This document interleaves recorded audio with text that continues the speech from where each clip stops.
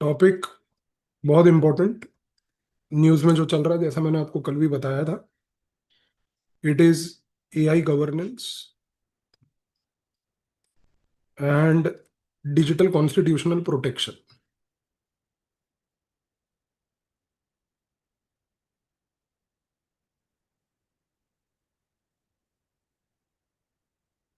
Syllabus में ये topic हमारे, अगर हम ध्यान से ऑब्जर्व करें तो, तीन जगह पर आता है: government policies and interventions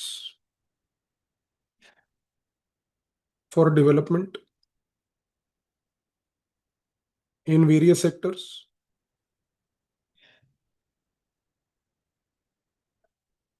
and issues arising out of design and implementation. ये पहला है। दूसरा है science and technology developments and their application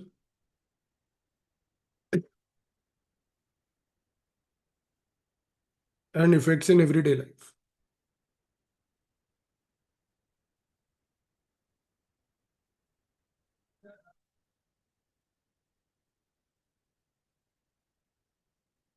तीसरा है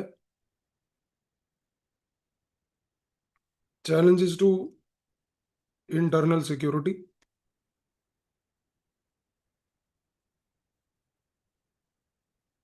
through communication networks।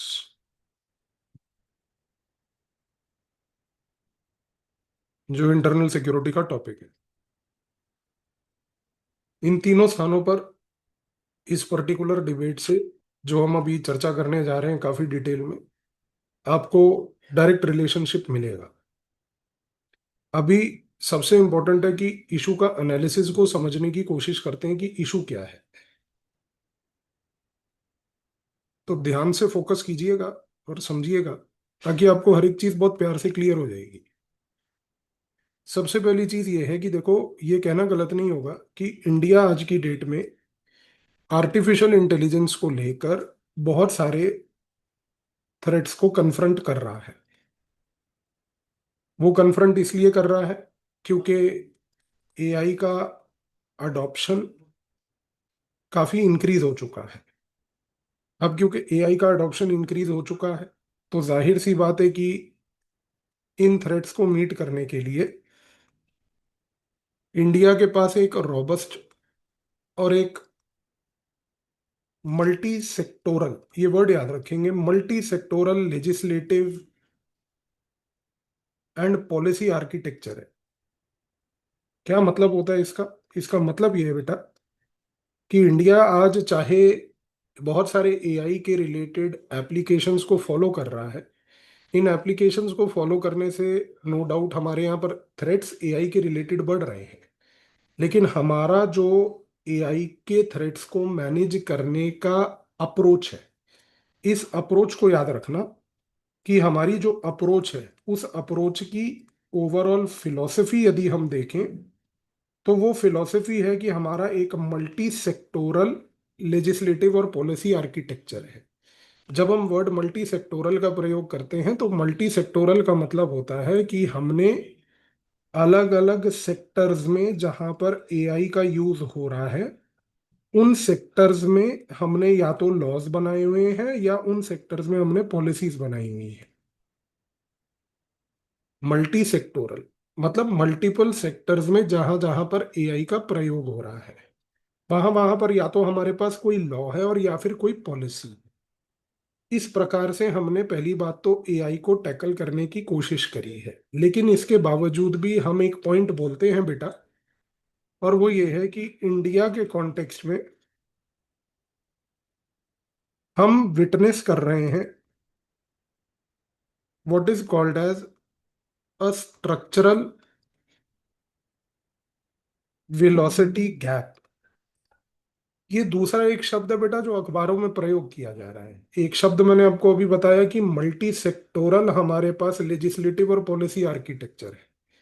कल को अब आपको अगर यूपीएससी किसी प्रकार का क्वेश्चन एआई को लेके देती है और वहां वो बोलती है कि एआई को लेकर हमारे पास एक यूनिफाइड पॉलिसी आर्किटेक्चर है, तो वो नहीं है बेटा।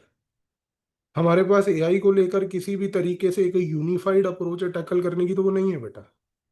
मल्टी सेक्टोरल का मतलब यहाँ पर आपको दिमाग में आज ही क्लियर कर लो कि ये है कि जब भी इंडिया एआई का प्रयोग करती है, जिन जिन मल्टीपल सेक्टर्स में प्रयोग करती है, हर जगह पर अलग अलग लॉज और अलग अलग हमारे पास पॉलिसीज है। तो यहाँ पर ये चीज टू बिगिन विद क्लियर हो जानी चाहिए कि देर इज हमारी फिलोसफी जो है वो किसी भी तरीके से यूनिफाइड नहीं है, बल्कि सेक्टोरल है। सेक्टोरल है का मतलब यहाँ पर ये हो जाता है कि जिस भी सेक्टर में एआई का प्रयोग है वहां पर वो है। लेकिन दूसरी चीज, अब दूसरा शब्द समझिए जो न्यूज़पेपर्स में प्रयोग होता है, विच इज बेसिकली कि इंडिया के कॉन्टेक्स्ट में we witness what is called as a structural velocity gap. Structural velocity gap का मतलब ये होता है कि इंडिया में जिस वेलोसिटी से, वेलोसिटी आप समझते हैं, एक बेसिकली फिजिक्स का बेसिक शब्द है जो हम एनसीईआरटीज में पढ़ते हैं। अभी साइंस नहीं पढ़ी होगी मेंटरशिप में तो कोई बात नहीं, अभी जब पढ़ेंगे सीख जाओगे। वेलोसिटी का साधारण लैंग्वेज में मतलब होता है स्पीड बेटा। तो यहां पर हम ये कहने की कोशिश कर रहे हैं कि जिस प्रकार से आज की डेट में एआई के अंदर, ध्यान से समझो, एआई जिस स्पीड से ग्रो कर रहा है, उस स्पीड से हमारे पास स्ट्रक्चरल लेवल पर रिस्पॉन्स नहीं है। What does this point mean?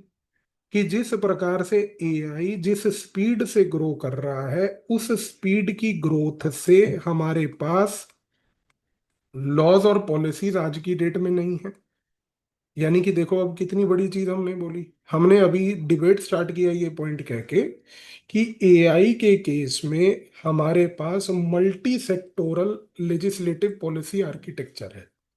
लेकिन इसी multi sectoral legislative policy architecture में एक स्ट्रक्चरल वेलोसिटी गैप।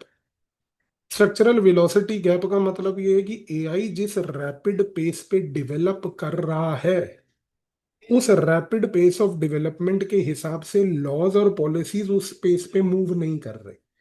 कहीं ना कहीं ये चीज याद रखनी है। ये किस प्रकार से स्टेटमेंट में आएगी एग्जाम में मैं प्रिडिक्ट नहीं कर सकता, मैं कोई बाबा नहीं हूं बेटा।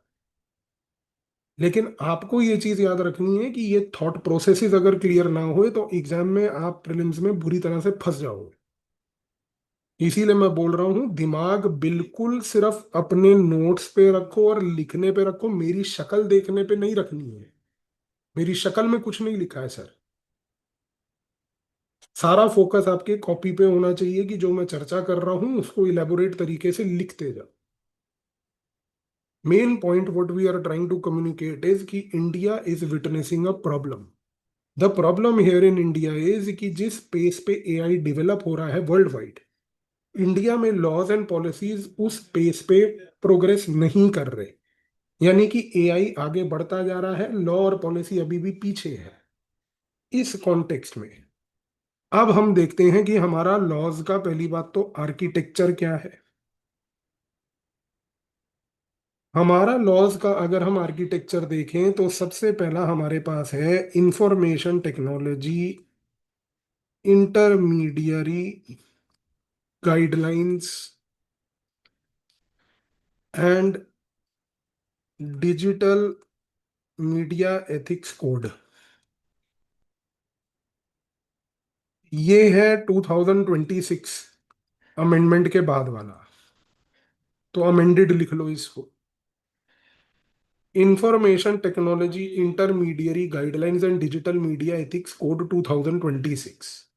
अब ये स्पेसिफिक पॉइंट जो है, ये जो लॉ है, ये लॉ बेसिकली नोटिफाई किया है, याद रखेंगे, पहली बात तो ministry of electronics and information technology ने। कल को ये match the following type prelim में सवाल आया तो गलत नहीं करना। दूसरी बात, इस लॉ के तहत यहां पर यह बात बोली गई है सबसे पहले कि एआई के मिसयूज को लेकर इस लॉ में कुछ हमारे पास डायरेक्ट स्टैट्यूटरी इंटरवेंशंस हैं। एआई के मिसयूज को लेकर इस लॉ में हमारे पास कुछ डायरेक्ट स्टैट्यूटरी इंटरवेंशंस हैं। इस लॉ में सबसे इंपॉर्टेंट बात क्या बोली गई है? इस लॉ में सबसे इंपॉर्टेंट बात ये बोली गई है कि अगर किसी प्रकार का कोई कंटेंट एसजीआई होता है, एसजीआई का मतलब है synthetically generated information. Synthetically generated information का मतलब ये होता है कि कोई कंप्यूटर से क्रिएट किया गया ऑडियो, कंप्यूटर से क्रिएट किया गया किसी प्रकार का वीडियो या किसी प्रकार का ऑडियो विजुअल, यहां पर अगर कंप्यूटर का प्रयोग करके किसी इंफॉर्मेशन को प्रिपेयर किया जाता है तो पहली बात, उस इंफॉर्मेशन को सिंथेटिकली जेनरेटेड इंफॉर्मेशन बोलते हैं लॉ के मुताबिक। लॉ के मुताबिक सिंथेटिकली जेनरेटेड इंफॉर्मेशन जो है वो बेसिकली अगर आज की डेट में किसी तरीके से मान लीजिए कोई इम्पर्सोनेशन कर रही है। इम्पर्सोनेशन समझते हैं आप? इम्पर्सोनेशन का मतलब होता है कि मेरी आवाज का एक क्लोन बना के आपने एआई का प्रयोग करके मेरी आवाज के बेसिस पे एक आपने फेक वॉइस क्रिएट कर ली। जब आप एक ओरिजिनल व्यक्ति की वॉइस को यूज करते हो या उसकी वीडियो को यूज करते हो या फोटो को यूज करते हो और एआई में डालकर उससे कोई कंटेंट जनरेट करते हो जिससे कि इम्पर्सोनेशन हो, तो उसको डीप फेक कहते हैं। Deep fake. तो डीप फेक प्रकार की जो इंफॉर्मेशन जो कि सिंथेटिकली जेनरेटेड इंफॉर्मेशन से यहां पर बनेगी, उस इंफॉर्मेशन को basically according to these rules अगर पाई गई तो टेक डाउन किया जाना चाहिए। अगर तो वो बेसिकली सेक्सुअली किसी प्रकार के इंफॉर्मेशन को शो कर रही है तो भी टेक डाउन होगा। अगर वो इंफॉर्मेशन सेक्सुअली किसी प्रकार का हार्म नहीं कर रही और जनरल डीप फेक है तो भी वो टेक डाउन होगी। यानी कि किसी भी प्रकार की इंफॉर्मेशन जो है, अगर आपने उसका एक डीप फेक बना लिया तो वो डीप फेक बनाने के बाद आप उस इंफॉर्मेशन को एआई के प्लेटफॉर्म या किसी भी सोशल मीडिया प्लेटफॉर्म पर यूज नहीं कर सकते। यहां पर सबसे बड़ी बात ये कहती है ये लॉ हमारी कि अगर मान लीजिए, अब देखिए दो इंपॉर्टेंट चीजें आएंगी बेटा। एक सोशल मीडिया प्लेटफॉर्म है, इस सोशल मीडिया प्लेटफॉर्म पे एक कंटेंट क्रिएटर होता है, एक कंटेंट कंज्यूमर होता है। बेटा कंटेंट क्रिएटर जो है वो सिंथेटिकली जेनरेटेड इंफॉर्मेशन का प्रयोग करके मान लीजिए डीप फेक को क्रिएट करेगा, और एक हो गया कंटेंट को कंज्यूम करने वाला पार्टी। तो ये वन पार्टी है, ये सेकंड पार्टी है। लेकिन बेटा अगर एक कंटेंट क्रिएट हो रहा है और दूसरी जगह पर कंटेंट कंज्यूम हो रहा है, तो ये कंटेंट कहाँ से कंज्यूम हो रहा है? किसी ना किसी सोशल मीडिया प्लेटफॉर्म से हो रहा है। यानी कि content creator social media platform पर जाएगा, सोशल मीडिया प्लेटफॉर्म पर कंटेंट को अपलोड करेगा, अपलोड करके वहां पर उसको प्ले करेगा, प्ले करके वहां से कोई ना कोई उसको कंज्यूम करेगा। लॉ ये कहता है ये वाला कि ये जो सोशल मीडिया प्लेटफॉर्म है ये यहाँ पर एक इंटरमीडियरी है। So how are basically social media platforms defined as per law in India? Intermediaries. They are not content creation platforms. They are not content consumption platforms. They are called intermediaries. तो यहां पर अब आपका Facebook हो गया, YouTube हो गया, Instagram हो गया, व्हाट्सएप हो गया, ये सब क्या है बेटा? ये सारे के सारे यार इंटरमीडियरीज। ठीक है जी। अब लॉ ये कहता है इंटरमीडियरी को समझने के बाद कि अगर किसी कंटेंट क्रिएटर ने कंटेंट क्रिएट किया, एक इंटरमीडियरी प्लेटफॉर्म पर अपलोड किया, इंटरमीडियरी प्लेटफॉर्म के पास अगर ये इंफॉर्मेशन आई कि यहां पर किसी प्रकार का डीप फेक बेसिकली यूज किया गया है, ये आएगी किसी कंप्लेंट के थ्रू। अब कंप्लेंट ये कंटेंट कंज्यूमर कर सकता है, कंप्लेंट गवर्नमेंट कर सकती है। तो अगर किसी ने भी कंप्लेंट करी कि एक सोशल मीडिया प्लेटफॉर्म यानी कि एक इंटरमीडियरी पे डीप फेक है, तो सबसे पहली बात, उस इंटरमीडियरी को इसको इंस्टेंटली रिमूव करना होगा। दूसरी बात, गवर्नमेंट ने आईटी रूल्स के मुताबिक इंटरमीडियरीज जो हैं, उन इंटरमीडियरीज को सेफ हार्बर इम्यूनिटी दी है। Safe harbour immunity. अब ये एक और थर्ड वर्ड है जो आपको सीखना है। सेफ हार्बर इम्यूनिटी का मतलब ये होता है कि इंटरमीडियरी जो है, यूट्यूब हो गया, इंस्टाग्राम हो गया, because these are only platforms facilitating content creator and content consumer. They are only bringing the two dynamics together, content creator and content consumer. तो इस कॉन्टेक्स्ट में ये जो इंटरमीडियरी है, इसको मिलती है safe harbour immunity. Safe harbour immunity का मतलब ये होता है कि यहां पर ये इंटरमीडियरी किसी प्रकार से लाइबल नहीं होगा सिविल या क्रिमिनल लाइबिलिटी के लिए। ये लाइबल नहीं होगा किसी भी प्रकार की सिविल क्रिमिनल लाइबिलिटी के लिए। लेकिन लेकिन लेकिन आईटी रूल्स कहते हैं, आईटी रूल्स कहते हैं, अगर किसी इंटरमीडियरी को इंफॉर्मेशन डीप फेक के बारे में मिली, अगर किसी इंटरमीडियरी को ये बात मालूम चली कंप्लेंट के बाद कि एक यहाँ पर कंप्लेंट थी किसी कंटेंट को लेकर, और अगर उसने उस कंप्लेंट के ऊपर इमीडिएट एक्शन जो रूल के मुताबिक है वो नहीं लिया, अगर वो रूल के मुताबिक इमीडिएट एक्शन नहीं लिया, तो वो सेफ हार्बर इम्यूनिटी कि you are not liable for similar civil और क्रिमिनल ऑफेंस, ये हट जाएगी। एंड देन अगर आपने कंप्लेंट के ऊपर एक्शन नहीं लिया, तो कंप्लेंट रजिस्टर होने के बाद भी अगर एक्शन नहीं लेते हो, तो then you are liable for civil और क्रिमिनल लाइबिलिटी। यानी कि उस केस में आपकी safe harbour immunity is removed और रिवोक्ड। रिवोक्ड। अब यहां पर एक इशू है। इशू ये है कि इंस्टाग्राम कहता है कि भाई हम एल्गोरिदम में मैनुपुलेशन करते हैं। इंस्टाग्राम ने ये चीज को एक्सेप्ट किया है, यूट्यूब ने ये चीज को एक्सेप्ट किया है कि वी अंडरटेक एल्गोरिदम मैनुपुलेशन।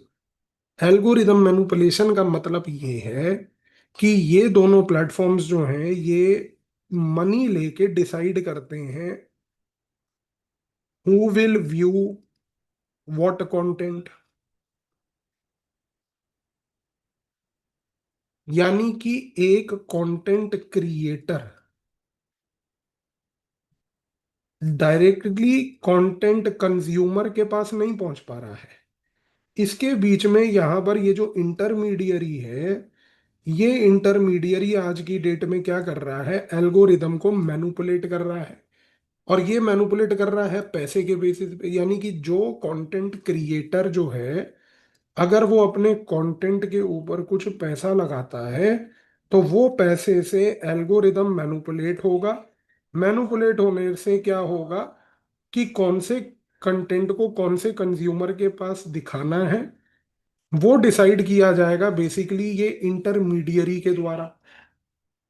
तो आज की डेट में गवर्नमेंट ये बात बोल रही है कि साहब, अगर एक इंटरमीडियरी ये डिसाइड कर रहा है कि कंटेंट किसको कितना किस हिसाब से दिखाया जाएगा, विच इज कंटिंजेंट अपॉन कि कंटेंट पे पैसा कितना लगा है, तो then why does this intermediary require a safe harbour?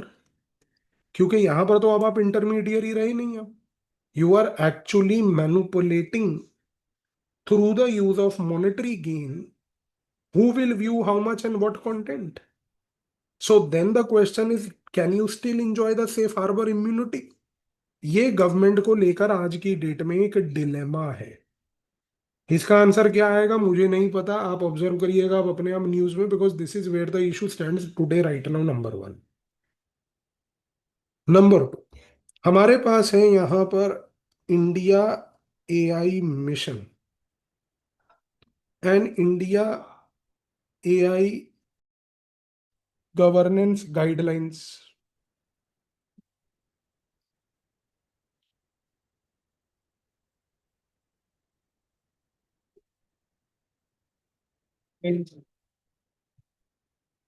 एक मिनट यार, माही खिल जाता है ये।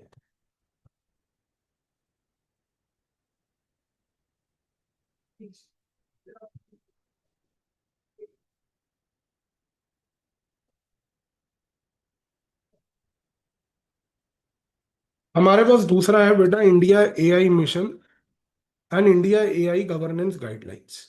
ये दोनों क्या बोलती हैं सर? ये आज की डेट में एक स्ट्रक्चरल ब्लूप्रिंट प्रोवाइड करती हैं इंडिया के कॉन्टेक्स्ट में for what we call as responsible AI adoption. अब ये रिस्पॉन्सिबल एआई अडॉप्शन का क्या मतलब है? इसका मतलब ये है कि ये वर्क करते हैं एक फिलॉसफी के ऊपर, जिस फिलॉसफी का नाम है innovation over restraint. Innovation over restraint. Innovation over restraint का मतलब यहां पर ये है कि यहां पर ये जो गाइडलाइंस है ये कहती हैं कि कम वॉट में इनोवेशन को एआई में प्रायोरिटी होनी चाहिए, और इनोवेशन के टाइम पर एआई में हमें मिनिमल रिस्ट्रेंट रखना चाहिए। वो इसलिए रखना चाहिए क्योंकि अगर हम एआई का डेवलपमेंट चाहते हैं तो ये डेवलपमेंट तभी पॉसिबल होगा जब इनोवेशन को हम प्रमोट करेंगे। अब इनोवेशन को प्रमोट अगर करना है तो उसके लिए भी इन रूल्स में एक बात ये बोली गई है कि इनोवेशन भी अनरिस्ट्रिक्टेड नहीं हो सकता। यानी कि इनोवेशन भी इस प्रकार से नहीं होना चाहिए एआई में कि वो बेसिकली आज की डेट में किसी भी प्रकार के लॉ या किसी इंडिविजुअल की प्राइवेसी को ब्रीच करे। इनोवेशन भी अगर होना चाहिए तो वो इनोवेशन आज की डेट में 7 प्रिंसिपल्स जो हैं उनको फॉलो करते हुए होना चाहिए, जिसमें सबसे पहला प्रिंसिपल है ट्रस्ट। कि भाई एआई जब बनेगा तो एआई के बनने के टाइम पर ट्रस्ट एक फैक्टर कॉमन होना चाहिए। दूसरा, एआई हमेशा ये चीज को फोकस करे कि पीपल फर्स्ट उसकी प्रायोरिटी हो। उसकी प्रायोरिटी डेटा नहीं, पीपल फर्स्ट होनी चाहिए कि वो लोगों को सर्व कर रहा है। तीसरा, उसका फोकस होना चाहिए इनोवेटिव प्रोडक्ट पे, एक ऐसा प्रोडक्ट जो बेसिकली लोगों के लाइफ को बेसिकली अच्छा बनाए, इजी बनाए। चौथा, उसका फोकस होना चाहिए सर फेयरनेस एंड इक्विटी पे। फेयरनेस एंड इक्विटी का यहाँ पर ये मतलब होता है कि किसी भी प्रकार का एआई का जो प्रोडक्ट है वो ऐसा बनना चाहिए कि सब उसका मैक्सिमम बेनिफिट कर पाए, larger humanity should take the benefit out of it. पांचवा, उसका सबसे बड़ा फोकस होना चाहिए अकाउंटेबिलिटी पे, कि भाई जो भी वो रिस्पॉन्स प्रोडक्ट डिजाइन हो रहा है it must be accountable also. छठा, उसका सबसे बड़ा फोकस होना चाहिए सर कि it should be understandable by design and safety. ऐसा डिजाइन और वो होना चाहिए उसका कि सेफ्टी उसके फीचर्स में प्रायोरिटाइज हो, आपका डेटा लीक या मिसयूज ना हो। और सातवां सबसे इंपॉर्टेंटली सस्टेनेबल होना चाहिए सर। तो आज इनोवेशन को जब हम प्रायोरिटाइज कर रहे हैं, इस इनोवेशन को प्रायोरिटाइज करने के लिए हमारा फोकस रहता है इन चीजों पर कि ये 7 प्रिंसिपल्स का अडॉप्शन किया जाए। ये जो 7 प्रिंसिपल्स हैं ये आज की डेट में ओवरसी करते हैं सबसे importantly AI governance group India में, इसको फोकस करते हैं और ओवरसी करते हैं technology and policy expert committee और एआई सेफ्टी इंस्टीट्यूट। ये तीन बॉडीज हैं जो ये 7 प्रिंसिपल्स को ओवरसी करती हैं जब कोई भी एआई कंपनी इंडिया में किसी प्रकार का इनोवेशन कर रही है। AI governance group, technology and policy expert committee, AI safety institute. अब इसके साथ साथ हमारे पास है digital personal data protection act. ये 2023 का एक्ट है। ये एक्ट एक्सक्लूसिवली एआई के लिए नहीं है, पर ये एक्ट जो है ये कम से कम आज की डेट में ये बात बोलता है कि एआई जो मॉडल्स हैं वो किस प्रकार से यूज करेंगे डेटा को फॉर ट्रेनिंग एआई मॉडल्स। इसका क्या मतलब होता है?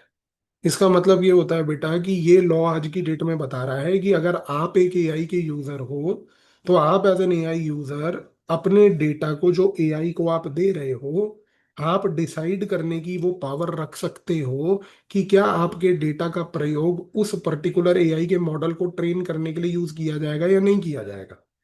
फॉर एग्जाम्पल, जैसे आप लोग, कई लोग चैट जीपीटी का प्रयोग करते होंगे। जब आप चैट जीपीटी पे कोई क्वेश्चन पूछते हो, चैट जीपीटी के वो क्वेश्चन पूछने से चैट जीपीटी का जो मॉडल है वो इम्प्रूव हो रहा है। बट वो इम्प्रूव तब होगा सर अगर आप चैट जीपीटी के सेटिंग्स में जाकर उसको ये परमिशन दे रहे हो कि मेरे क्वेश्चंस का आप यूज करो, and I give you that right to train your AI model as per this act in India. Today, you can go to the AI platform and prevent them to use your data for training their model.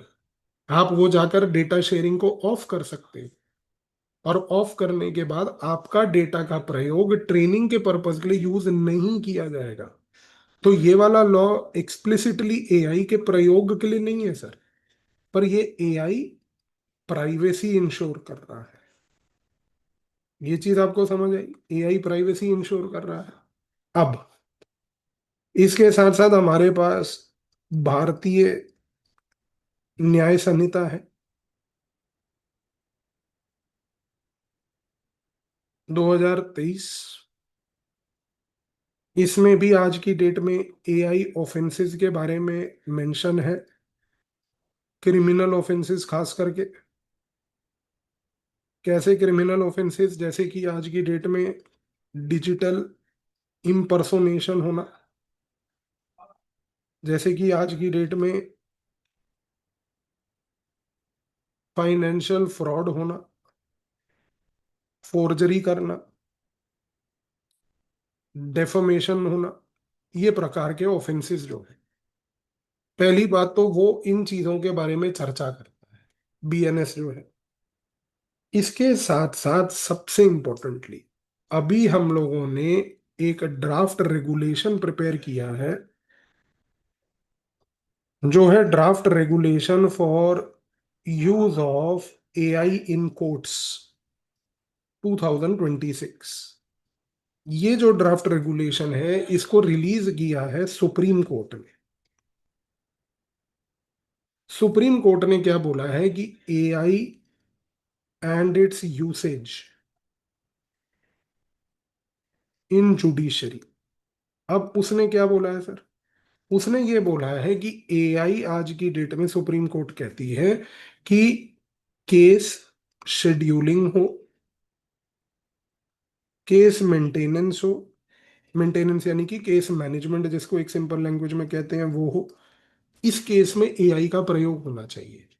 Case की scheduling करना, case को manage करना। लेकिन supreme court की ये guidelines बहुत importantly ये कहती हैं AI will not be used to draw judgements. यानी कि जज जो है वो ये नहीं कर सकता कि भाई साहब चैट जीपीटी को ऑन करके बैठा है और दोनों पक्षों के आर्ग्यूमेंट्स को सुन के चैट जीपीटी को बोल रहा है तू जजमेंट दे दे। वो नहीं होगा। वो चीज सुप्रीम कोर्ट ने आउटराइटली बोली है कि ये चीज नहीं हो सकती। अब इसके साथ साथ हमारे पास लास्टली है framework for responsible and ethical enablement of AI, FREE, free framework for responsible and ethical enablement of AI. ये फ्रेमवर्क को इशू किसने किया है बेटा? आरबीआई ने। उसने बोला है कि हर तरीके से आज की डेट में एआई सिस्टम्स जो हैं उनको हम यूज कर सकते हैं, अगर चाहो तो क्रेडिट स्कोरिंग के लिए और ऑटोमेटेड कस्टमर सर्विस के लिए।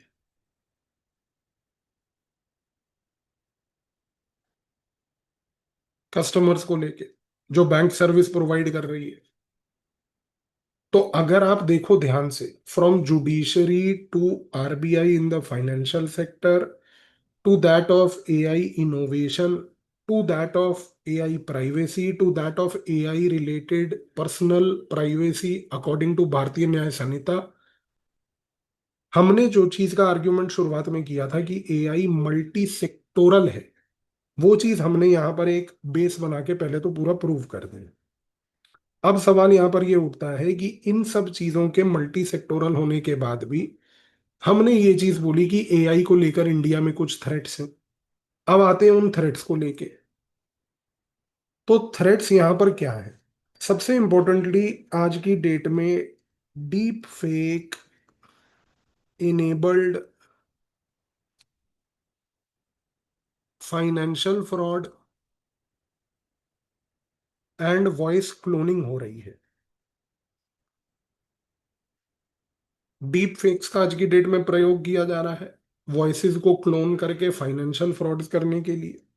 आज की डेट में ये कहना बिल्कुल गलत नहीं होगा कि एक प्राइवेट रिपोर्ट ये कहती है, सबसे इंपॉर्टेंटली, कि ऑलमोस्ट 47% इंडियंस जो हैं वो आज की डेट में विक्टिम्स बन चुके हैं एआई वॉइस क्लोनिंग के स्कैम को लेकर और डीप फेक स्कैम को लेकर। इनमें से एक, यानी कि लगभग आधी population has been already exposed as a victim today. Number one. Number two, आज की डेट में सर हम देखते हैं कि सोशियो कल्चरल पोलराइजेशन हो रहा है। सोशियो कल्चरल पोलराइजेशन का मतलब है कि sir hyper targeted disinformation activity. Hyper targeted disinformation activity का मतलब ये होता है एक साधारण लैंग्वेज में कि आज की डेट में पब्लिक ओपिनियन जो है उसको बेसिकली शेप करने के लिए एआई का प्रयोग किया जा रहा है और फेक इंफॉर्मेशन को वायरल कर दिया जाता है। आपने एक चीज देखी होगी, अभी जंतर मंतर का प्रोटेस्ट था। जंतर मंतर के प्रोटेस्ट पे छात्रों को कुछ पुलिस से झड़प हुई। पुलिस और स्टूडेंट्स के बीच में जो क्लैश हुआ, उसमें जो वहां पर क्लिप्स बनाई गई, उन क्लिप्स को किस प्रकार से रैपिडली वायरल किया गया इंस्टाग्राम पे। और ये चीज पॉसिबल है क्योंकि आज की डेट में फिर से मैं एक प्राइवेट रिपोर्ट का ही सहारा लूंगा जो कहती है कि इंडिया में $0.07 पर व्यू, इतना आज की डेट में कॉस्ट आता है एआई ऑटोमेशन का। $0.07 सर। चंद रुपयों का गेम है कि चंद रुपए आपने लगाए एक रील पे और वो रील के ऊपर हैशटैग डाल के उसको वायरल कर दिया। $0.07 पर व्यू एक व्यक्ति को रीच आउट करने का खर्चा है। तीसरा यहां पर सर सबसे बड़ी बात है कि there is a rising threat to human dignity.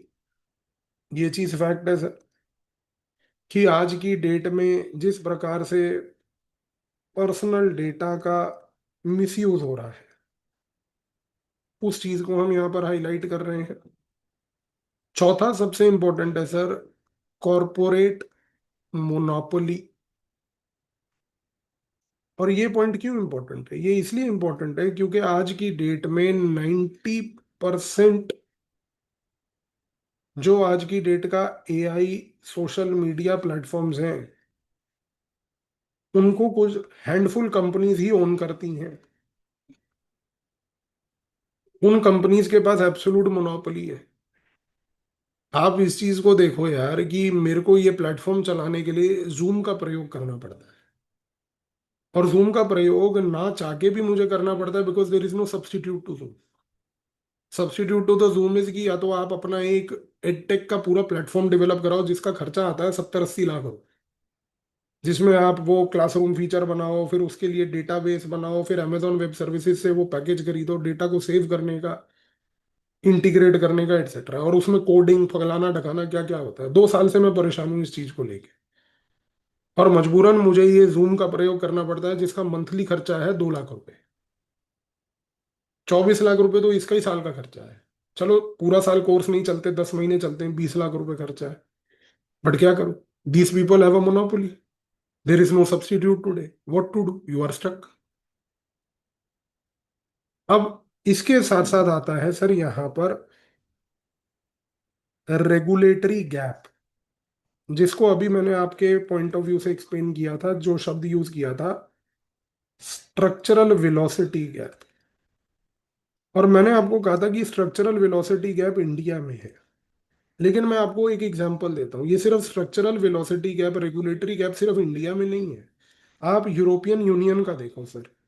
European union ने ईयू एआई एक्ट बनाया 2024 में।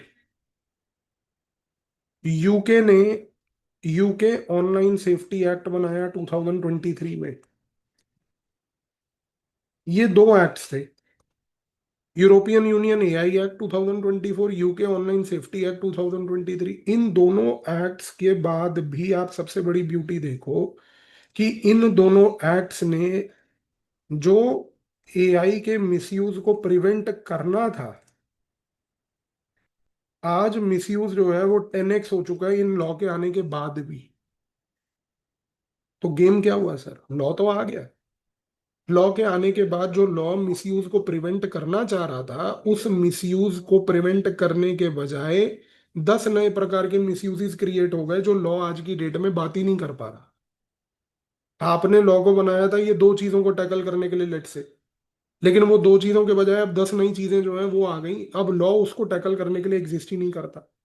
तो ये क्या हुआ, स्ट्रक्चरल वेलोसिटी गैप। ये एक नया कॉन्सेप्ट है बेटा आपके लिए आज की डेट में सीखने का, स्ट्रक्चरल वेलोसिटी गैप। बड़ा पावरफुल शब्द है ये, मेंस में बहुत काम आएगा आपको ये। अब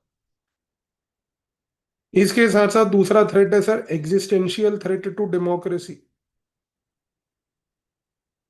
क्योंकि आज की डेट में क्या हो रहा है सर, आज की डेट में डेमोक्रेसी जो है वो स्ट्रीट्स पे वीटो बना रही है। जैसे अभी जंतर मंतर में हुआ सर, सड़कों पे उतर गए, प्रोटेस्ट किया जी, चलो एजुकेशन मिनिस्टर रिजाइन करो। ठीक है, एजुकेशन मिनिस्टर ने कुकर्म करे थे, ही हैड टू रिजाइन।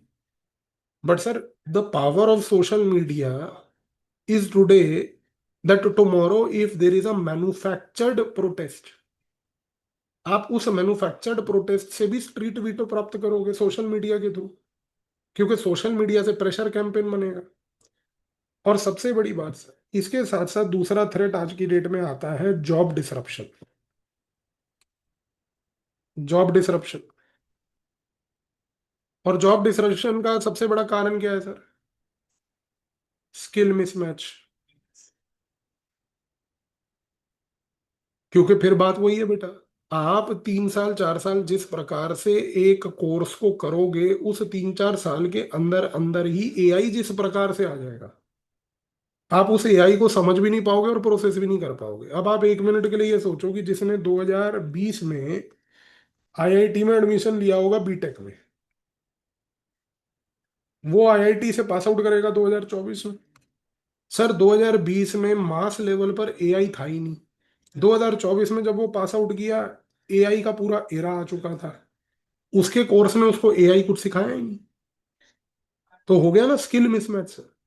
आपने बीटेक कंप्यूटर साइंस कर ली, अब आप जॉब मार्केट के लिए तैयार ही नहीं है, क्योंकि जॉब मार्केट अब एक स्किल चाहता है बेसिकली एआई का, जो आपके पास है ही नहीं। तो इस केस में हमें अब क्या करना है? तो हमारा जो स्टेप्स, यानी कि हमारी जो अप्रोच होनी चाहिए वो ये होनी चाहिए अब सर। नंबर वन, कि हमें एआई गवर्नेंस को एलिवेट करना है टू अ कॉन्स्टिट्यूशनल इम्परेटिव। इसका मतलब ये है कि सर एआई को आज की डेट में कॉन्स्टिट्यूशनल शील्ड देनी है। कॉन्स्टिट्यूशनल शील्ड देने का मतलब ये है सर कि आज एआई का मेंशन कॉन्स्टिट्यूशन में कोडिफाई करना पड़ेगा under right to life, liberty and expression. इस चीज से आपको एक चीज यहां पर क्लिक हो रही है सर, कि कल को पॉलिटी में right to life, liberty and expression में क्वेश्चन एआई को लेके बनने वाला है एग्जाम में इस साल या अगले साल। Constitutional shield for AI question आएगा, आप देख लेंगे। देना चाहिए नहीं देना चाहिए, कैसे देना चाहिए, अब ये आपका पॉलिटी वाला आइटम पढ़ाएगा। दूसरा, सबसे इंपॉर्टेंटली सर एआई में हमें एक ऑपरेटिंग पॉलिसी बनानी है। ये जो ऑपरेटिंग पॉलिसी है सर, इसमें फोकस या प्रायोरिटी होनी चाहिए डिजिटल ऑटोनॉमी पे।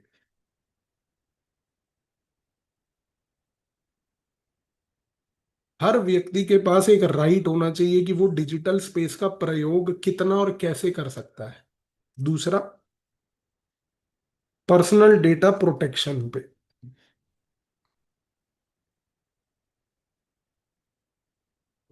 तीसरा, transparency and accountability.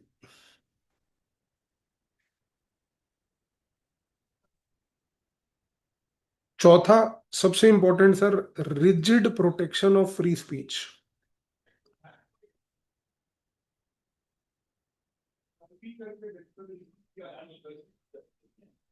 Rigid protection of free speech. आज की डेट में एक ऑपरेटिंग पॉलिसी इन पैरामीटर्स को हमेशा फोकस करने के लिए बनी चाहिए, बननी होनी चाहिए हमारे पास। तीसरा, मैंडेटरी HITL प्रोटोकॉल्स। HITL समझते हो बच्चे? Human in the loop. इसका मतलब ये है कि सर हर चीज आज की डेट में सिर्फ ऑटोमेट नहीं करनी, हमें कहीं ना कहीं ह्यूमन को इन्वॉल्व करना ही करना है। सर आज की डेट में अब आप खाना मंगाओ जोमेटो से, एक तो वो साली कंपनी जिंदगी में कभी टाइमली डिलीवर खाना नहीं करेगी। दूसरा, सबसे बड़ी ब्यूटी ये है कि अगर खाना टाइमली डिलीवर नहीं हो रहा, आप उसके चैट सपोर्ट में जाओ कंप्लेंट करने, तो वहां पर एक महा यूजलेस एआई आपको जो है वो चैट करता रहेगा आपके साथ 1 घंटा। एंड आप उसके साथ चैट करके अपना समय खराब करते रहो, वो आपको ह्यूमन से कनेक्ट करने ही नहीं देगा जब तक आप उसको थ्रेटन ना करो। ये क्या आपने सिस्टम बना दिया सर? जो काम एक ह्यूमन से इंटरेक्ट करके 1 मिनट में रिजॉल्व हो सकता है, कि आपका खाना डिले हो रहा है किसी कारण से, क्योंकि वो निकम्मा आपका जो वो डिलीवरी बॉय है वो कोई ना कोई पान चबा रहा है या बीड़ी पी रहा है कहीं खड़े होके, उसको वहां पर पिनलाइज करने के बजाय कंपनी वाले आपको हैरेस करते हैं। क्यों? क्योंकि ये इन्होंने एआई चैट बना दिया, अब आप उससे भिड़ते रहो। कंपनी ने अपने एआई चैट के बाद जो है ह्यूमंस को हटा दिया। तो सर जब तक human in the loop protocol नहीं होगा ना sir, AI will eventually fail. इसके साथ साथ सर हमारे को यहाँ पर ये इंश्योर करना है कि there must be end to end data hygiene, यानी कि डेटा का ऑडिटिंग।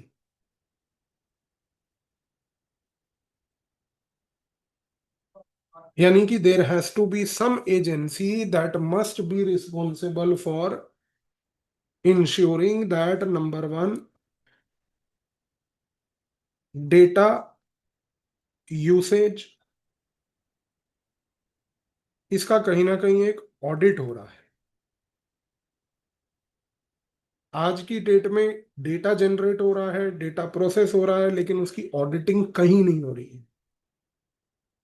सारा डेटा इंटरमीडियरी के पास एक्यूमुलेट हो रहा है। किसका डेटा? कंटेंट क्रिएटर का डेटा, कंटेंट कंज्यूमर के बिहेवियरल पैटर्न का data. Who is basically taking advantage of that? Intermediary.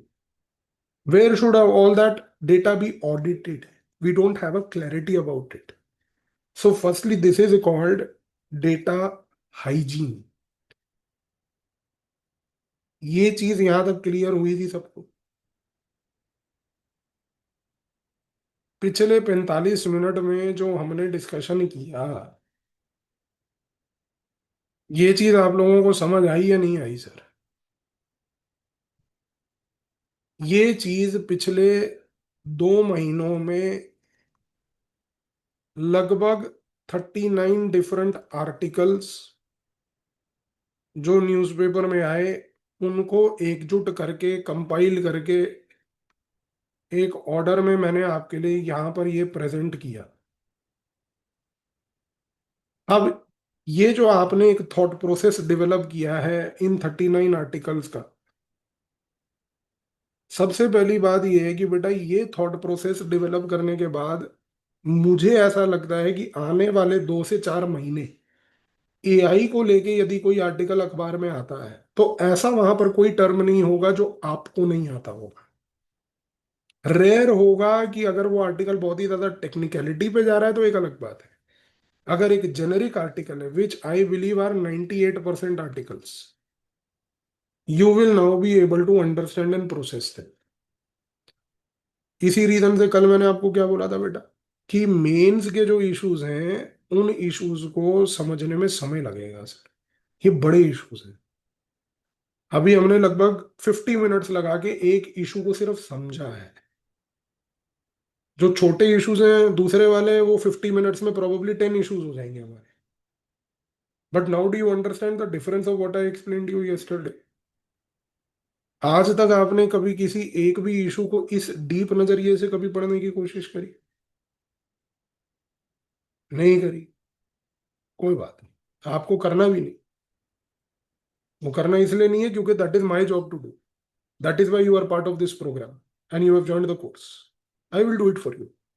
इसीलिए मैंने आपको बोला ना सर, 4 to 6 इश्यूज हर महीने हमारे पास ऐसे होंगे बड़े वाले, जिनमें ऐसे ही 30 40 50 आर्टिकल्स को एकजुट करके आपको एक स्थान पर मैं करा दूंगा। यहां तक सारी चीज क्लियर हो गई सर? ये चीज जो आज मैंने बताई है ना सर आपको, पहले इसको प्रोसेस करके ग्रास्प करके याद करने में भी टाइम लगेगा बेटा।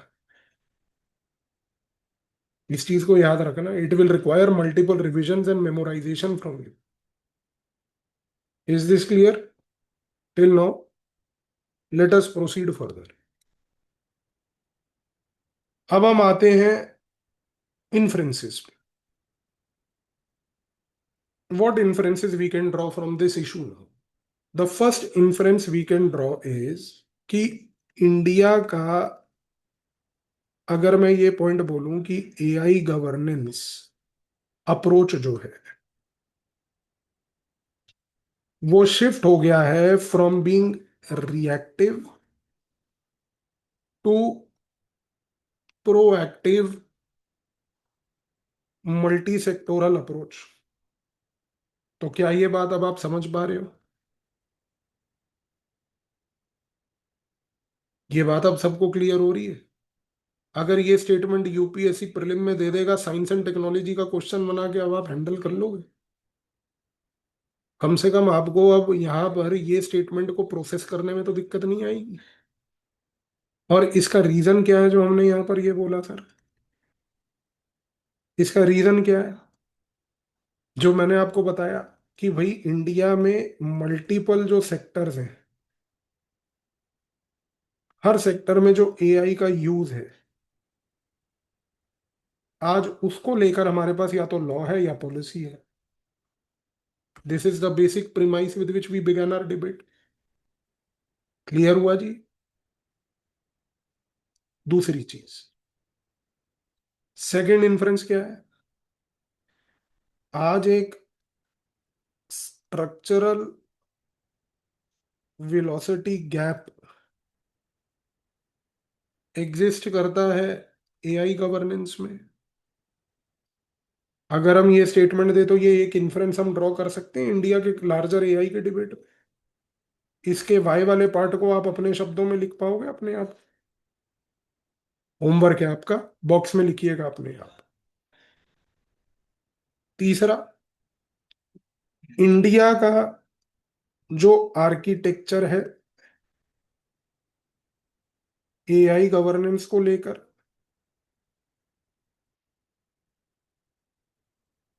Has no single unified framework. ये अगर मैं पॉइंट इन्फ्रेंस में बोलूं तो ये आपको समझ आ रहा है सर? क्या समझ आ रहा है इसमें? कि इंडिया में एक सिंगल यूनिफाइड फ्रेमवर्क नहीं है। उसका रीजन मैंने आपको बताया था क्यों नहीं है। अब आप समझ सकते हो। होमवर्क में इसको लिखेंगे अपने आप बॉक्स में आप। होमवर्क में भी नहीं लिखेंगे, अभी लिखो उसको। अभी लिखो, ऊपर वाला भी लिखो पहले, दोनों लिखो। कुछ नहीं करते हो तुम होमवर्क में।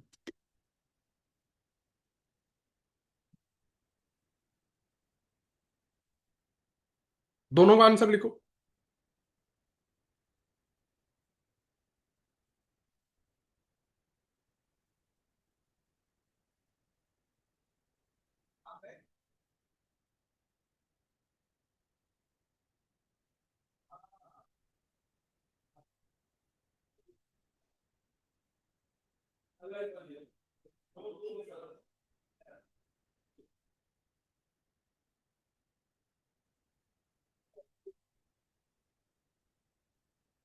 चौथा इन्फ्रेंस,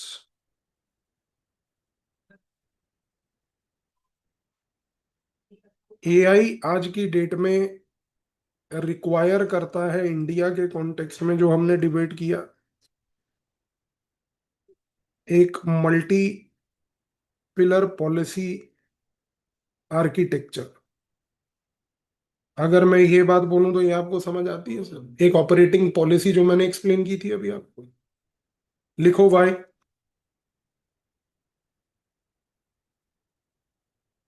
लिख रहे हो तुम लोग या नहीं लिख रहे हो? हैं? कैमरा ऑन करो सब अपने। कैमरा क्यों बंद है तुम सबके?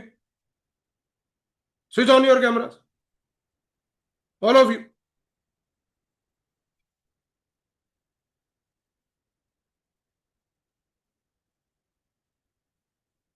लिखा है ये पॉइंट या नहीं लिखा है? फोर्थ वाले का वाई पार्ट सबने। अब आते हैं वैलिडेशन पे sir.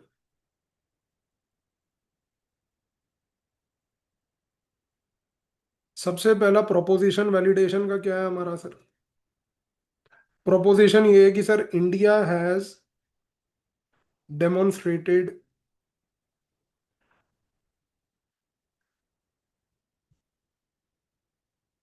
Institutional capacity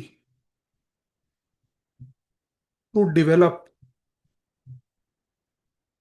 AI frameworks. पूरे डिबेट में एक पॉइंट हमने जो बार बार डिस्कस किया वो ये था सर। क्या पॉइंट था सर? कि इंडिया ने स्ट्रक्चरल वेलोसिटी गैप डेफिनेटली देखा है, लेकिन स्ट्रक्चरल वेलोसिटी गैप के बावजूद भी ये कहना गलत नहीं होगा इंडिया के केस में कि हमने एक इंस्टीट्यूशनल कैपेसिटी दिखाई है मल्टीपल सेक्टर्स के अंदर, जहां जहां पर एआई का यूज हो रहा है वहां वहां पर कुछ ना कुछ पॉलिसी और लॉ देने का। यानी कि अगर हम ये प्रपोजिशन बोल रहे हैं तो हमारा यहाँ पर वैलिडेशन स्टेटमेंट ये बात बताता है कि आज की डेट में एआई अक्रॉस सेक्टर्स जो है उसको लेकर कहीं ना कहीं हमारे पास लॉज या पॉलिसीज हैं। बेटा मैं आपको बता रहा हूँ, ये जो डिबेट अपन ने किया है ना अभी पूरा, इस डिबेट के ऊपर क्वेश्चन नहीं आएगा। इस डिबेट से बने हुए ये जो वैलिडेशंस हैं, ये जो इन्फरेंसेस हैं, कंक्लूजन्स हैं, क्वेश्चंस इस पे आएंगे, मैं आपको बता रहा हूँ। और ये क्वेश्चंस आएंगे whether they are in science and technology और whether they are in governance, whatever you want to put it under that category. Questions will be like this in the exam. They will not be of this debate of current affairs. In fact, it will not be wrong to say that I have taught you today partly current affair, partly security issues, and partly governance. So don't treat these issues as current affair issues. These are your core, hardcore subjects that we are learning here. दूसरा,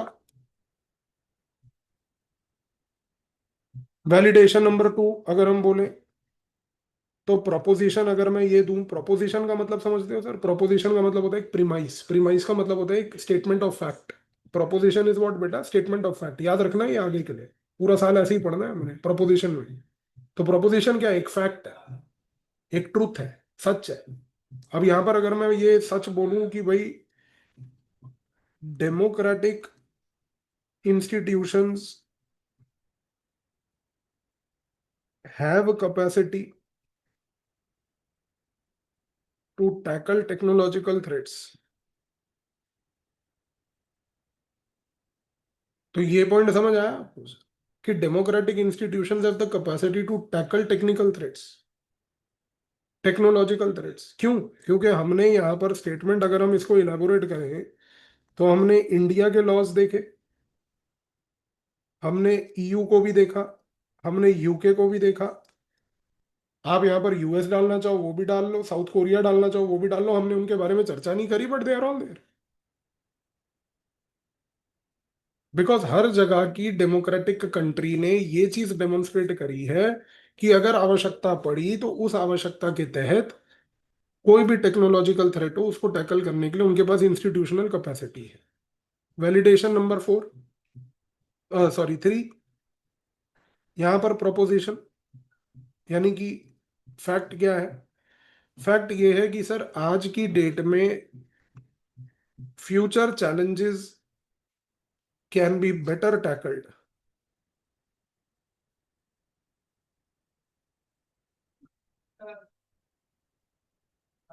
bye constitutional frameworks,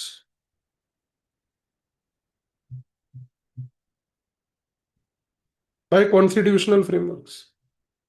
ये बात के ऊपर अभी अपन ने चर्चा करी कि why there is a need to elevate the AI debate to the constitutional right framework today. क्योंकि अगर एआई के डिबेट को कॉन्स्टिट्यूशनल राइट्स के फ्रेमवर्क पे अगर हम ले जाएंगे और एक कॉन्स्टिट्यूशनल शील्ड देंगे, तो हमने क्या बोला सर कि कम से कम right to life, liberty and expression, उस फ्रेमवर्क के तहत हम एआई को कहीं ना कहीं फिट कर पाएंगे। और अगर ऐसी फिटिंग हो जाती है तो वो रिलेटिवली बेटर है। चौथा,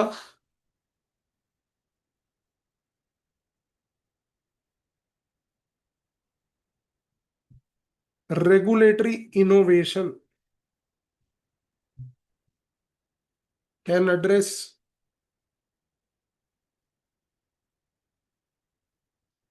एल्गोरिदमिक मैनिपुलेशंस।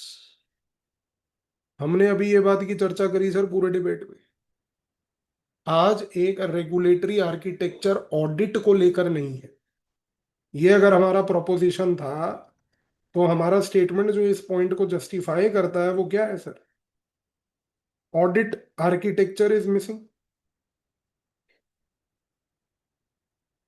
अभी मैंने आपको यही बताया ना सर, कंटेंट क्रिएटर क्रिएट कर रहा है, कंटेंट कंज्यूमर कंज्यूम कर रहा है, लेकिन अगर इंटरमीडियरी कंटेंट को ही मैनिपुलेट कर रहा है कि क्रिएटर का कंटेंट कंज्यूमर के पास जाएगा या नहीं जाएगा, उस चीज को अगर ऑडिट करने के लिए कोई हमारे पास इंस्टीट्यूशन नहीं है, तो फिर एल्गोरिथमिक मैनिपुलेशन तो चलती रहेगी। और फिर यहां पर डिबेट आ जाता है किस चीज का? सेफ हार्बर इम्यूनिटी का। तो फिर किस बात की सेफ हार्बर इम्यूनिटी आज की डेट में एक इंटरमीडियरी को दी जाए सर? किस बात की दी जाए? तो ये चीज को समझने की कोशिश करो सर। अब आते हैं इसके बाद सबसे इंपॉर्टेंट जी, कॉन्ट्राडिक्शंस पे। सबसे पहला प्रोपोजिशन कॉन्ट्राडिक्शन में क्या है बच्चे? कि AI regulatory framework of India is very comprehensive. Sir क्या ये बात आज हम एक एफर्मेटिव स्टेटमेंट बनाकर बोल सकते हैं कि एआई फ्रेमवर्क इंडिया का आज की डेट में बहुत कॉम्प्रिहेंसिव है? डेफिनेटली नहीं कह सकते सर, क्योंकि स्टेटमेंट में हम ये चीज को अश्योर कर सकते हैं कि सर मल्टी सेक्टोरल है। लेकिन हमने मल्टी सेक्टोरल होने के बाद भी स्ट्रक्चरल वेलोसिटी गैप देखा। तो स्ट्रक्चरल वेलोसिटी गैप का प्रेजेंस ही ये चीज को एक्सप्लेन करता है आज की डेट में कि सर कॉम्प्रिहेंसिव टैग तो नहीं दे सकते हम इस केस में एआई के यहाँ पर स्ट्रक्चर को। दूसरा सर, कॉन्ट्रोडिक्शन नंबर 2 सर, यहाँ पर प्रोपोजिशन हमारा आता है laws can effectively target and regulate AI. अगर मैं ये स्टेटमेंट दूं बेटा, laws can effectively target and regulate AI, क्या ये बात हम एक एफर्मेटिव स्टेटमेंट बनाकर बोल सकते हैं, एक फैक्ट बनाकर बोल सकते हैं? नहीं बोल सकते सर। क्यों? दिमाग लगाओ यार, क्यों नहीं बोल सकते? Is every problem of AI solvable through a law? No, it requires institutions, it requires regulators, it requires human in the loop। बेटा दिमाग लगाओ, ये पहला इशू है। समझो चीजों को।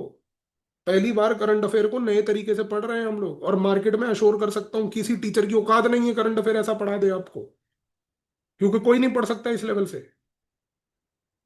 सर 39 आर्टिकल पढ़ने में समय कितना लगता है मालूम है आपको सर? 4 दिन लगे थे, 4 दिन। 39 आर्टिकल्स को पढ़ के नोट्स बना के फिर उसका एक कोरेंट स्ट्रक्चर बनाने में, और फिर इस तरीके से कंटेंट को यहां पर लाने में। कोई नहीं करेगा सर। आपको ये दिमाग में ट्रेनिंग लानी है, स्किल सीखो ये। अभी 30 तारीख को एक कोर्स ले रहा हूं आपके साथ, आपको पता है सभी को। उस 30 तारीख के कोर्स में आपको ये स्किल सिखाऊंगा मैं। इसीलिए अगस्त एंड तक का कल मैंने आपको एक टारगेट दिया था। सितंबर में एक और preparation of newspaper part 2 class लूंगा। फिर उसमें बताऊंगा कि वो वाला जो 30 तारीख को स्किल सीखे उनको अप्लाई कैसे करना है। तो ये चीज को समझो यहाँ पर सर। आज अगर यूपीएससी ये स्टेटमेंट दे देता है कि law alone can target and regulate AI, ये स्टेटमेंट गलत है सर, कॉन्ट्राडिक्टरी है। क्योंकि मात्र लॉ क्रिएट करने से आप एआई को रेगुलेट नहीं कर सकते। लॉज के साथ साथ institutions, regulators, human in the loop, एक मल्टी आर्किटेक्चरल अप्रोच चाहिए। तीसरा कॉन्ट्रडिक्शन देखिए sir, India's approach of AI ensures no AI harms to citizens.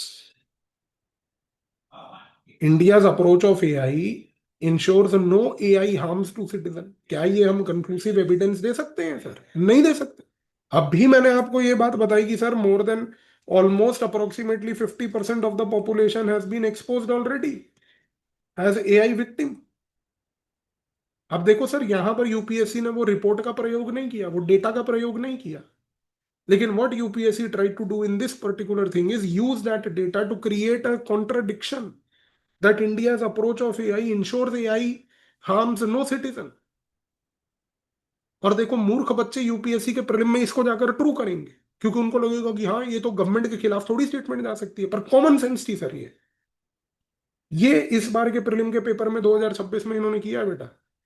इसी रीजन से आप देखो आधे से ज्यादा लोग जो है बाहर हो गए प्रीलिम्स में, because people are not trained to do this kind of analysis for the prelims. लोगों को सिर्फ ये चाहिए प्रीलिम्स में कि भैया एलिमिनेशन सिखा दो।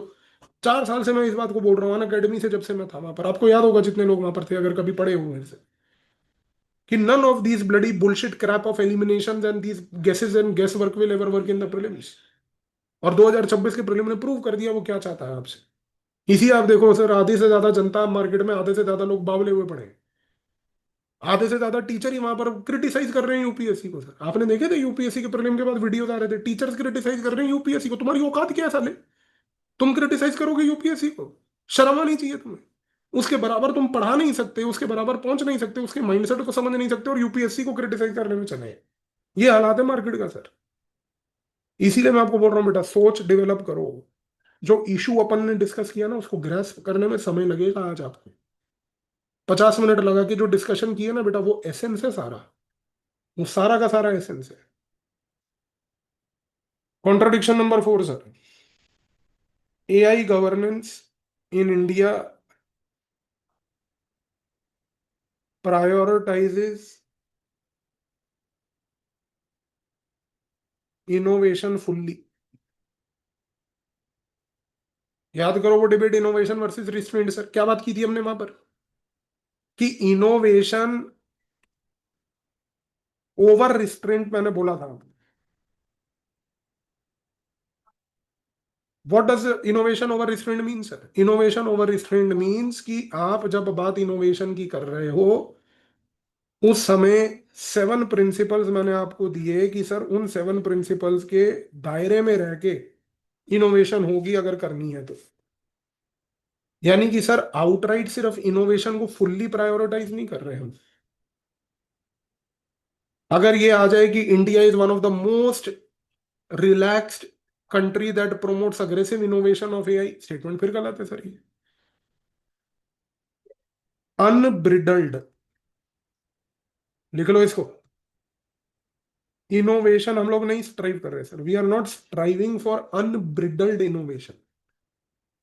We are not striving for this. We are striving for balance between innovation and restraint. समझ आई ये चीज? अब देखो कंक्लूजन। पहला,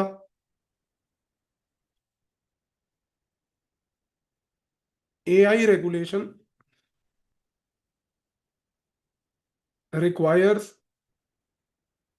movement from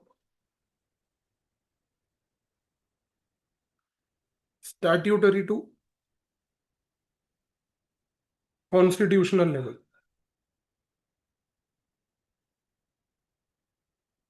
Can we make this proposition very clear sir? इसका वाई पार्ट आप लिखोगे? लिखो अभी के अभी।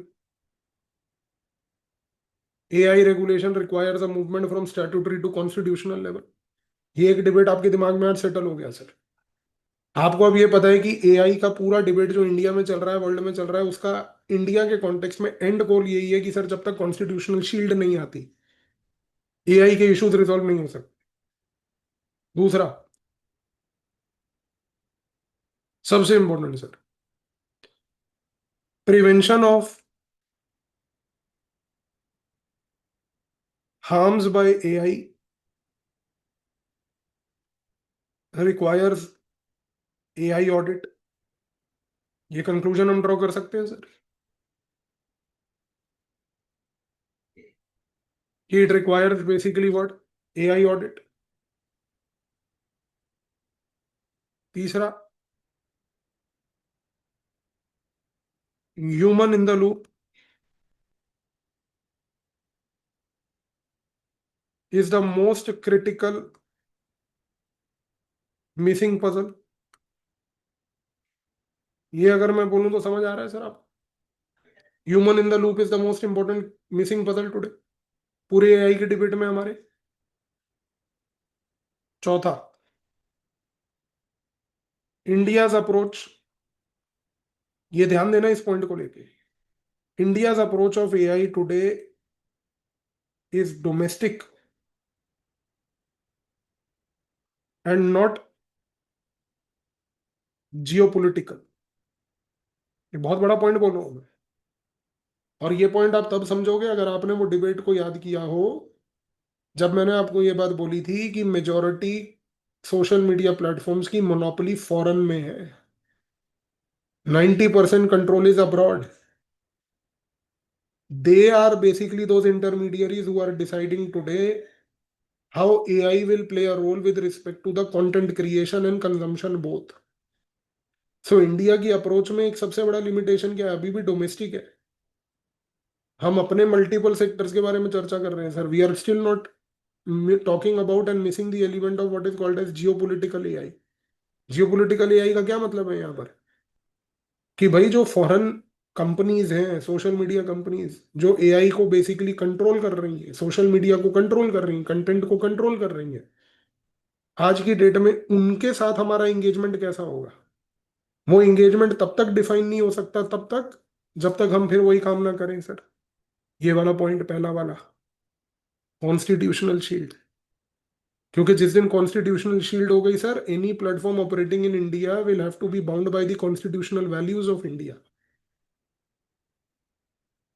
ये चीज समझ आई? डिबेट क्लियर हुआ या नहीं हुआ सर? कैमरा तुम लोगों ने अभी भी ऑन नहीं किया, मैं ना क्लास से निकाल दूंगा सर, सबको बता रहा हूं मैं। I will throw you out. सो जाते हैं यहाँ पर आके। अब सबसे बड़ी चीज सर, ऐसे एप्लीकेशन पे आते हैं बेटा। रेलेवेंस की बात करते हैं सर। क्या ऐसे के थीम्स बन सकते हैं इसमें? अभी लिखने विखने की कोशिश मत करना, ये ऐसे तुम लोग अभी प्रिपरेशन चालू की है। इन इश्यूज के बारे में जो बता रहा हूँ, अगले 4-5 महीने इस कंटेंट को सिर्फ इकट्ठा करो। 4-5 महीने के बाद जब ऐसे करेंगे और ऐसे की क्लास करेंगे, उस टाइम पे ये सारी थीम्स आपको काम आएंगी। तब आपके पास कंटेंट होगा। अभी फोकस मत करना इसको लिखने का, बावलापन मत करना। ये मैं पहले ही फोरमॉन कर रहा हूँ, कई लोगों में चुल मची रहती है, क्योंकि कल मैंने आपको क्या बताया था, कीड़ा सिर्फ दांत में नहीं होता। तो वो हरकत नहीं करनी किसी को। तो क्या ऐसे की थीम है सर, नंबर 1, ये ऐसे की थीम आ सकती है sir, technology and human dignity. Topic तो समझ आ रहा है कम से कम जो मैं बोल रहा हूँ? कंटेंट ना भी लिखने को हो अभी, पर ऐसी भी हालात नहीं है बेटा, अगर अभी भी मैं बोलूंगा ना लिखने को, तो इतना I can still assure 100-150 words तो आप लोग फिर भी लिख लोगे। टेक्नोलॉजी और ह्यूमन डिग्निटी अगर मैं दूं तो 100-150 वर्ड नहीं लिख सकते आप? आज बिल्कुल लिख सकते हो आप लोग, पर अभी लिखना नहीं है बच्चे। Don't try to write essays, you will be in a deep trouble बेटा। अभी सिर्फ याद रखो कि इश्यूज से एसे कैसे बनता है। This is what my priority to teach you right now this. अब दूसरा देखो बच्चे, ये ऐसे आ सकता है या नहीं आ सकता, आप बताओ sir. Democracy and governance in digital age. कितना इंपॉर्टेंट टॉपिक है ये, democracy and governance in digital as.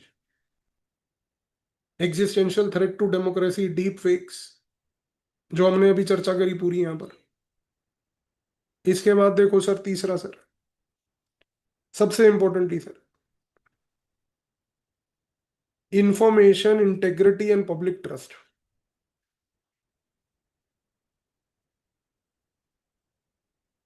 समझ आया ये point sir? Information integrity and public trust, कि किस प्रकार से इंफॉर्मेशन जो है आज की डेट में पब्लिक ट्रस्ट को बिल्ड और डिस्ट्रॉय कर सकती है। अब जब हम बात करते हैं बेटा एसए की, देखो एक चीज तो कॉमन है बेटा, आंसर राइटिंग हो या एसए हो, इंट्रोडक्शन, बॉडी, कंक्लूजन, ये तीन चीजें हर जगह सेम रहती हैं। आप एसए ले लो, यूपीएससी का जीएस का आंसर ले लो या ऑप्शनल का आंसर ले लो, तीनों का स्ट्रक्चरल फॉर्मेट सेम है। हाँ, content placement, content development, content ideas, वो हर जगह अलग होते हैं। जैसा पॉलिटिकल साइंस ऑप्शनल में मैंने आपको बताया, जो ऑप्शनल है कि भाई ऑप्शनल में आंसर्स में हमेशा फोकस क्या रहता है, फोकस हमेशा आंसर्स में रहता है स्कॉलर्स का प्रयोग करना। जीएस के आंसर्स अलग है, आप लिख भी रहे हो एक्स वाले जो मेंटरशिप एक्स के, उनको समझ आ रहा है क्या लिख रहे हो। और तीसरी चीज है कि बेटा even in essay format same है, इंट्रोडक्शन, बॉडी, कंक्लूजन। हाँ, बस कंटेंट प्लेसमेंट अलग होती है। अभी हम उस पर नहीं जा रहे। मैं आपको अब सिर्फ इतना प्रोवोक करने की कोशिश कर रहा हूं कि अब आप ये देखो कि आपने ये पूरा डिबेट पढ़ा, इस डिबेट से आपको एक चीज तो समझ आई होगी कि अगर कोई भी एसए का टॉपिक आता है, उस एसए के टॉपिक में AI, technology, democracy, governance, public trust related यदि कोई टॉपिक आता है, तो इंट्रोडक्शन में कम से कम आप सबसे पहले इस चीज का प्रयोग कर सकते हो आज की डेट में कि एआई के हमारे थ्रेट्स एंड चैलेंजेस क्या क्या हैं sir. At least this is something you can all talk about introduction में, whether it is an essay, whether it is an answer. AI के थ्रेट्स एंड चैलेंजेस। अगर मैं बॉडी की बात करूं सर, तो बॉडी में आप लोग कम से कम एआई का मल्टी सेक्टोरल रेगुलेशन जो इंडिया में है, एआई का इनोवेशन ओवर रिस्ट्रेंट जो हमने बात करी, ये दो थॉट्स तो आपके पास हैं जिनका आप प्रयोग यहां पर आउटराइट कर सकते हो इजीली। और सबसे इंपॉर्टेंट कंक्लूजन में मैंने आपको एक पॉइंट दिया जो आपके दिमाग में अभी बैठ जाना चाहिए हमेशा के लिए। मैंने आपको क्या बोला sir? Future of AI is what? Constitutional shield. ये एंड गोल है। इंडिया में एंड गोल है एआई का कॉन्स्टिट्यूशनल शील्ड। और इंडिया में नहीं बेटा, ग्लोबली, वर्ल्ड में भी ऑब्जर्व करना मेरे बच्चे। वर्ल्ड में ऑब्जर्व करना है कि यदि किसी कंट्री ने वर्ल्ड में कॉन्स्टिट्यूशनल लेवल पर एआई को लेकर कुछ किया, यदि वो किया तो वो वहां से रेफरेंस इंडिया के लिए भी बनेगा बेटा। अब एथिक्स की बात करें अगर हम सर, एथिक्स के सिलेबस की अगर हम लिंकेज की बात करें सर, सिलेबस में ये आज की डेट में डायरेक्टली रिलेवेंट है। Number one, ethics and human interface वाले टॉपिक में।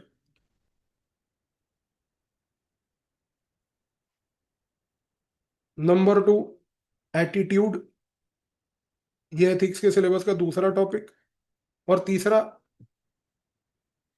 Ethical issues in international relations, तीसरा टॉपिक।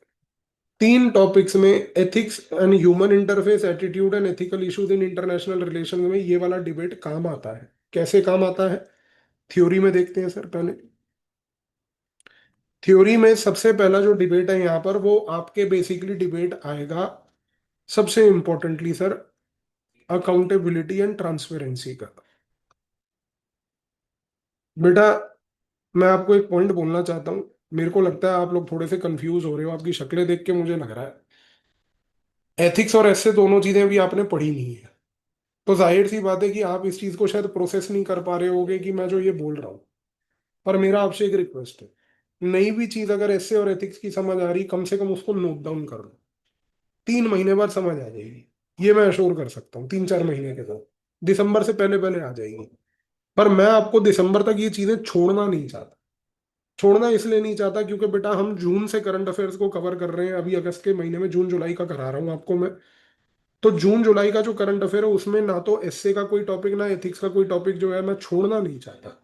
मैं इस लिमिटेशन को एक्सेप्ट करके चल रहा हूँ कि आपने ना एसए पढ़ा है ना एथिक्स पढ़ा है। पर कम से कम मेरा एक रिक्वेस्ट है कि अगर नहीं भी समझ पा रहे होगे ना एथिक्स एसए के एप्लीकेशन वाले पार्ट को, या जो भी मैं बोल रहा हूँ, नोट डाउन कर लो बस। चीजें क्लियर हो जाएंगी आपको आगे जाकर। All of this will make sense when you do revision. तो डोंट वरी अबाउट इट। ये मेरा एक आपसे बस रिक्वेस्ट है। अकाउंटेबिलिटी एंड ट्रांसपेरेंसी ये इसलिए इंपॉर्टेंट है यहाँ पर, क्यों? क्योंकि बेटा हमने चर्चा करी थी ह्यूमन इन द लूप की। और हमने ह्यूमन इन द लूप के केस को प्रेजेंट किया था कि ये एक एआई के अंदर अकाउंटेबिलिटी को बेसिकली प्रोड्यूस करता है। ये यहां पर रेलेवेंट होगा। दूसरा, हमने यहां पर चर्चा करी सबसे इंपॉर्टेंटली सर एक वेलोसिटी गैप की, स्ट्रक्चरल वेलोसिटी गैप की। और स्ट्रक्चरल वेलोसिटी गैप आज की डेट में आपके एथिक्स के सिलेबस में क्लियर कट एक एविडेंस देता है इंटेग्रिटी में। इंटेग्रिटी एक सिंपल सा कॉन्सेप्ट होता है सर, कि आपको जब कोई देख नहीं रहा है तब भी आप जो है सही चीज ही करो। एक सिंपल लैंग्वेज में बोल दो, even when no one is watching you, you still continue to do something which is good only. Just because कि कोई आपको देख नहीं रहा है। अगर आप एक डायबिटिक मरीज हो, आपको पता है घर में कोई नहीं है, फ्रिज पे जाके रसगुल्ला खा लिए, ये इंटेग्रिटी नहीं होती सर। इंटेग्रिटी होती है कि even when nobody is watching you, you continue to do the right ethical thing. Why velocity gap falls here? हमने क्या बोला सर? आज की डेट में एक स्ट्रक्चरल वेलोसिटी गैप है सर। एआई आगे डेवलप कर रहा है लेकिन लॉ नहीं है। जस्ट बिकॉज लॉ नहीं है उसका मतलब ये नहीं है कि सर एआई के डेवलपमेंट से हम उसका मिसयूज करें। I you understanding my point? Integrity समझ आया पहले? साधारण लैंग्वेज में दोबारा बोलूं, इंटेग्रिटी का एक सिंपल लैंग्वेज में क्या मतलब है? आपको अगर कोई नहीं देख रहा, even when nobody is watching you, you continue to do what is the right thing. Best example of integrity is, you know what, जो मैं एथिक्स की क्लास में पढ़ाता हूँ बच्चों को। You are going in a car, when you are going in a car at night time, 12 o'clock, you know there is no traffic on the road, there is no traffic policeman on the road, red light red है, आपको jump नहीं करना, हम फिर भी निकल जाते हैं, अरे रात को कौन देखेगा, ट्रैफिक भी नहीं है, निकल जाते हैं, it's not right integrity. So integrity means in very simple language, बहुत साधारण बेसिक, कोई एथिक्स की टर्मिनोलॉजी यूज नहीं कर रहा है, कि when nobody is watching you, you continue to do the right thing. मम्मी पापा घर पे नहीं है, घर के अंदर शिवा सेरिगल की बोतल पड़ी है, मम्मी पापा बाहर गए हुए पार्टी पे, आपने बोतल खोली, दो पौए लगा लिए, सो गए, अगले दिन सुबह उठ रहे हैं बढ़िया, मम्मी के पूछ रही क्या हुआ बेटा, अच्छी नींद आ गई, हाँ मम्मी मंचूरियन खाया था रात को आधा किलो, बेटा मंचूरियन नहीं था वो,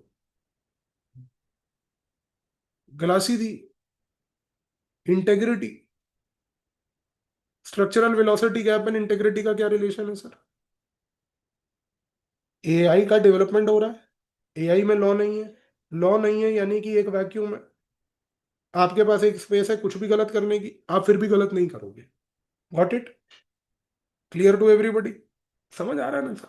एथिक्स भी समझ आएगा, मैं आपको बता रहा हूँ सर, एथिक्स सबसे आसान है, 130 नंबर आएंगे एथिक्स में, इसी आराम तरीके से हम समझेंगे सारा। अब तीसरी चीज देखो यहाँ पे, एथिक्स इन इंटरनेशनल रिलेशंस की मैंने चर्चा करी, आपको बोला कि ये सिलेबस से रिलेटेड है, क्यों रिलेटेड है आप सोच के देखो इस चीज को, इसलिए रिलेटेड है क्योंकि यहाँ पर मैंने क्या बोला अभी आप, we are missing the geopolitics, our focus is on domestic. A foreign country has a foreign technology. That foreign technology controls everything today. That foreign technology decides who will watch what content in India. This is an ethical issue in our country because of some international company holding monopoly. India US के relation में ये एक बाधा बनेगा। तो ये चीज सबको क्लियर हुई थी यहाँ पर। वो सैबोटाज करे कुछ भी करे बेटा, वो तो चलो हम नहीं जा रहे उस डिबेट में, वो डिबेट तो बहुत बड़ा है, पर ये इशू क्लियर हुआ। अब क्या बैकवर्ड लिंकेज है जी, लिखो।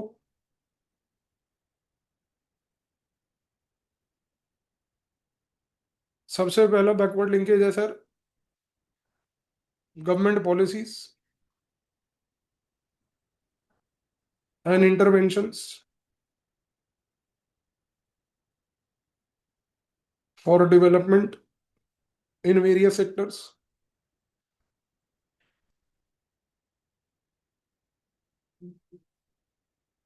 दूसरा,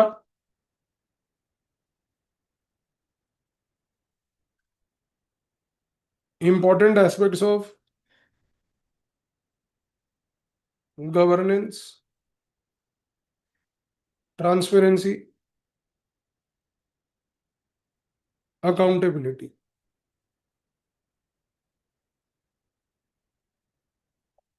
तीसरा, science and technology, development and application in everyday life. चौथा, attitude and ethics in international relations. पांचवा,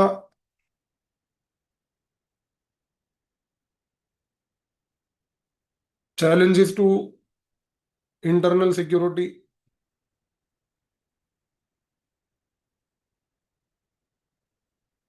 through communication networks।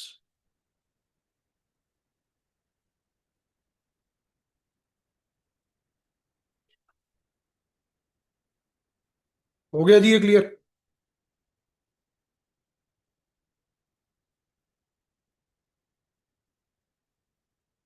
RP stands for revision pointers.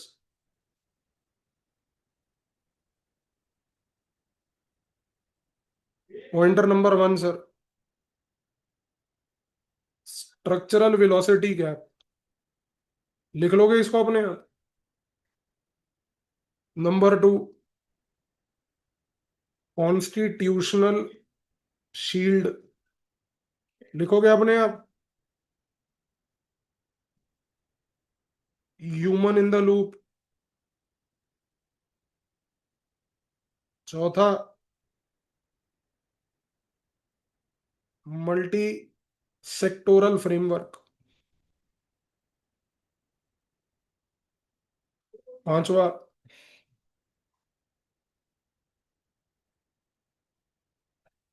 Social polarisation and deep fakes.